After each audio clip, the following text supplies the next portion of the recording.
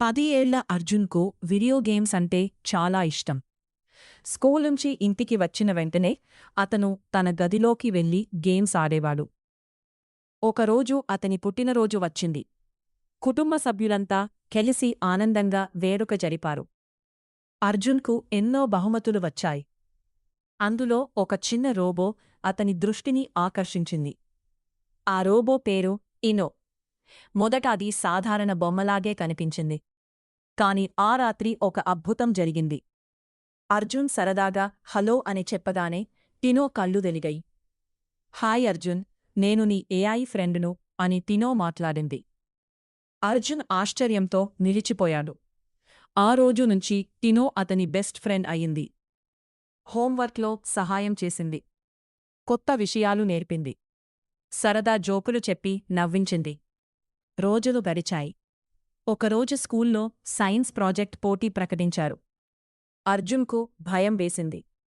నేను గెలవలేను అని నిరాశగా అన్నాడు. అప్పుడు టినో చిరునవ్వుతో చెప్పింది, గెలుపు కంటే ప్రయత్నం ముఖ్యం.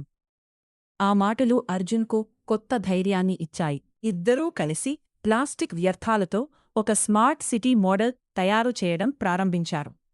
ఎన్నో రోజులు కష్టపడ్డారు. చివరకు అద్భుతమైన ప్రాజెక్టు సిద్ధమైంది. పోటీ రోజు వచ్చింది.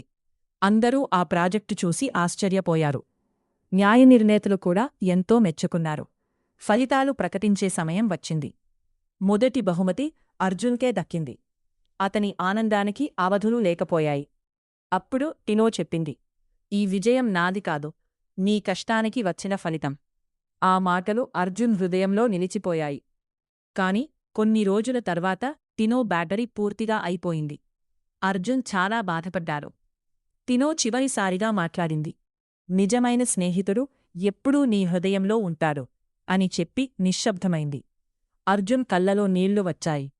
అతను టినోను జ్ఞాపకంగా తన గదిలో భద్రంగా ఉంచుకున్నాడు. ఆ రోజునుంచి తనపై తాను నమ్మకం పెంచుకున్నాడు.